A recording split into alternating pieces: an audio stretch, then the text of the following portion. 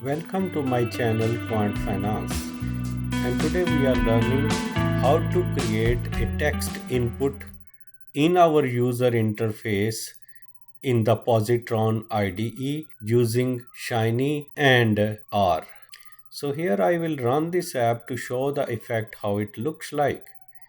Here it says enter some text and you enter a text hello positron, it gets displayed. If you change something here and you say hello Steve, then definitely it says you entered Steve. So this is created through 6 lines of code here, 3 in the UI and 3 in the server basically. First, here we have the fluid page. This is the layout of the page, and text input.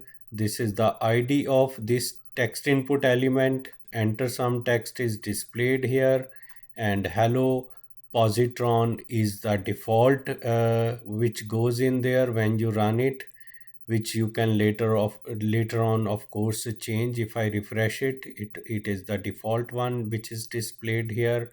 And the text output is this container where the text output is displayed. And server code is all about which is helping in rendering and display of this UI element. If you want, you can see this output in the browser also. So this is very important. Whenever you are creating your apps, you have to enter a text input over there. So you have to create a text input element there. And from here, you can obtain a value which you can use in your web app.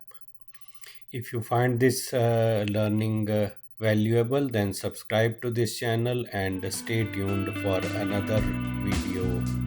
Thanks for